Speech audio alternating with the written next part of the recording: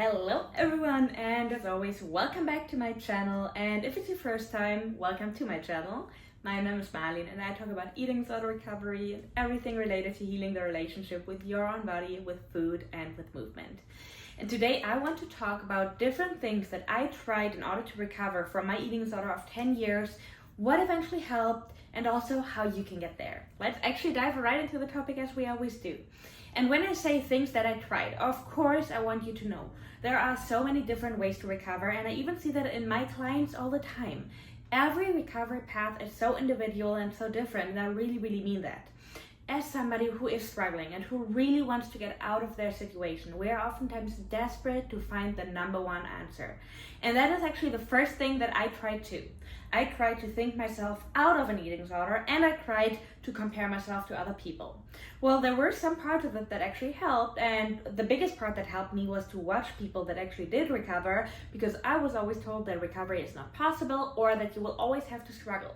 So actually comparing myself to people and watching other people that did fully recover and that told me no, you do not have to count calories for the rest of your life. You do not have to have thoughts about food or your body all the time. That really helped me in order to just get an idea of what full recovery should look like for me. Because the real truth is, recovery means something different for every person, and you can define that for yourself just as you can define balance for yourself. This is the first thing. But the part of it that didn't help me was to look for the one person that could give me the number one way, the number one sentence, or the number one answer. I looked for so many recovery influencers, people who shared their stories, but mainly to get that one thing that helped them and that could make it click for me. Because I remember my own mom would always say, when does it make it click? Because she would always hear about people that said, oh yeah, and then my brain did a click. And right now I actually understand what that means and what people mean when they talk about that. But the truth is, it doesn't just click without making any changes. It clicks over time, and it clicks many times until you are out of your eating disorder. The second thing that I tried was residential treatment. Now, little disclaimer, I actually worked in a clinic myself here in Los Angeles. I went to residential treatment in Germany, and I am not completely against residential treatment. I'm also not completely for residential treatment. First of all, there are so many differences. There are so many clinics, so many treatment centers that just handle things differently. And also within the concept of residential treatment, I see a lot of pros and I also see some cons. So for me personally, the reason why residential treatment did not work was because I wasn't willing to do what it takes to recover. I wanted to want to recover, but I hadn't chosen recovery yet. And what I mean by that is not that you have to be completely ready. You don't even have to be ready to gain weight. That's something I tell my clients all the time. It's not about not having fear anymore. It's not even about loving the idea of a changing body, but you cannot go to a residential treatment center and expect them to make you healthy. Because that's what I did. I thought, oh, maybe my therapist will find something in my childhood that will make me want to get better again. Maybe the dietitian tells me something that will automatically make me not afraid of eating anymore. Maybe somebody else who's there will share a wisdom with me that will make me want to recover. And none of these things happened because I constantly fought the weight gain. And again, it's not about not being afraid anymore. It's not about loving it, but I was cheating my way throughout the time in residential treatment. I was also way younger than I am now. So when I think about it now, I feel like I could have used that opportunity way better. But again, I wasn't ready and I didn't understand that I had to make that decision. The third thing that I tried was recovery on my own. First, it happened actually before I went to residential treatment. So again, we're talking over 10 years ago. And what I tried to do was to gain weight very controlled. Now, don't get me wrong, there is not always something wrong, and a lot of treatment centers do work with some kind of meal plan, some kind of structure, which within those centers is needed for the most part. And I don't think that is always bad. I actually think that meal plans can be helpful for certain people in recovery, especially when somebody, for instance, is not experiencing extreme hunger or is just overall somebody who, for whatever reason, needs some kind of structure. But there's also a lot of people where meal plans are rather harmful than helpful. And what I tried to do was not so much a meal plan. I, back in the day, made a recovery account, but I was still in recovery, or I had just started recovery. I connected with a lot of other people my age back then on Instagram that were also in recovery. But all of this, to be completely honest, was not really helpful. We were commenting on each other's posts and like saying like, yeah, you ate the chocolate. But it was just like a constant degree of comparison and also a constant focus around food.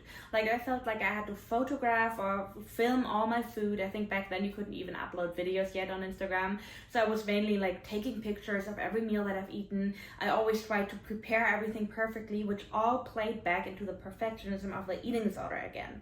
So even though I made changes and even though I like this time like started recovery and wanted to recover, or at least I thought I wanted to, because if I'm being completely honest, I did that for somebody else and not for myself. So that was also something that played a role. But it was just like not allowing me to really focus on life after recovery. It kept me in my recovery bubble and eventually led to a relapse because I couldn't cope with the emotions that were coming up when my body changed. Because the real truth is normally it feels like we're really afraid of the weight gain, but we're actually more afraid of the feelings that come up with the weight gain. And that doesn't mean that these feelings will not come up. In a lot of cases, people are actually just afraid of like going through those feelings again that they experienced in like recent or like older recovery attempts already. But oftentimes it's not the weight gain itself, it's whatever we connect to it. And in my case, I was not able to cope with those emotions because the whole time I had just focused on making pretty pictures of my food and maybe eating a little bit more again, but I didn't work on any of the other things. And I also didn't really open up to a therapist about it because the therapist that I had back in the day was not really specialized in eating disorders. And that doesn't always mean that it's not working, but for me, I would have needed more support. I also reached out to a dietitian, but that dietitian, even though she claimed to be trained in eating disorders and actually just like mainly working with people in eating disorders, to be honest, that was rather hurtful than helpful. Little disclaimer here, I am a huge fan of dietitians. I love all the dietitians that I'm working with when it comes to treatment teams for my clients. I love the dietitians that I used to work with in the clinic. They were amazing, they were highly skilled, and they had a really good understanding of eating disorders. And I do think that dietitians can be extremely helpful. That doesn't mean that everyone in recovery needs a dietitian, but in some cases it can be extremely helpful, but it can also make a huge difference if you're working with somebody who understands a certain reaction. And in my case, I had extreme hunger. Back then it was called mini-MAW, to eat a certain amount of food, and I was kind of like trying to give into that, and my dietitian like just was completely limiting that, was making me feel bad about it, which then of course was not helpful. The fourth thing I tried was completely diving into the whole mindset work, which again, those of you who work with me know that I'm actually a big fan of that. But what I did was I started doing yoga, I started reading all the mindset books, I started even like reaching out to certain coaches that were not recovery coaches, more like mindset or lifestyle coaches. I like tried to watch every documentary about trauma, about psychology. I completely did a like super deep dive into all of that. I have a whole old notebook full with psychological studies, with mindset work, with notes from the books that I've read. And I did all that again with the goal to find the number one answer, with the goal to finally understand my own brain to then make a change. But during that whole time, I learned a whole lot of different and interesting things. And I'm not saying it was for nothing, but I did not do what I needed to do in order to recover. I did not face my fear of weight gain. I did not face my fear of free foods. I completely stayed in my eating disorder comfort zone. I did not work on my urge to move. I was still walking around all the time. I didn't do any of these things because I thought the more mindset work I do and the more books I read, eventually I will find the number one thing that will make me see everything differently. I even read a book called 5 Things That Dying People Regret Most in Life, and all these people were basically talking about what I needed to hear. They regretted that they didn't overcome their fears. They regretted that they didn't do the things in life that actually make life livable. They regretted that they didn't travel, that they didn't live life fully. And I was sitting there and thinking, yeah, those are great tips. I'm still not gonna work on my recovery. And I know I make it sound a little bit funny right now, but of course it's a very serious thing that I see in a lot of people. The honest and painful truth is, yes, you have an option, you have a choice. You can stay in your eating disorder, maybe stay in quasi, maybe go through phases, or maybe even not make it. And I'm just being like really honest here with you guys. Or you can choose recovery, and you can choose recovery with whatever comes. You can choose to radically accept whatever comes. And that is what I eventually did. After 10 plus years of having an eating disorder, after all these attempts, after living my life with an eating disorder, after still doing the things I thought I was supposed to do, going to college and all these things, but after also compromising my health, after putting my life in danger many times, after hurting people around me, after lying to people around me, after missing out so many things, and after just being so tired of living this life. That's when I eventually said, okay, I have to rip the band-aid off. I have to do whatever it takes, whatever extreme hunger comes up, whatever amount of weight I'm gonna gain, and I gained a lot of weight, whatever emotions come up. And I still wasn't prepared for everything that did come up. I still thought recovery is gonna be way easier, but I gave myself a promise to keep going, because I knew that I would not be better, that I would not ever be truly healthy and happy if I would stay in my eating disorder. And that this time my health wasn't even the main factor. My health wasn't really important to me back then. Now it is extremely important to me. It wasn't when I had an eating disorder. And so I started recovery. I started working with a coach. I started increasing my intake. I didn't start like jumping right into all in. I did that later.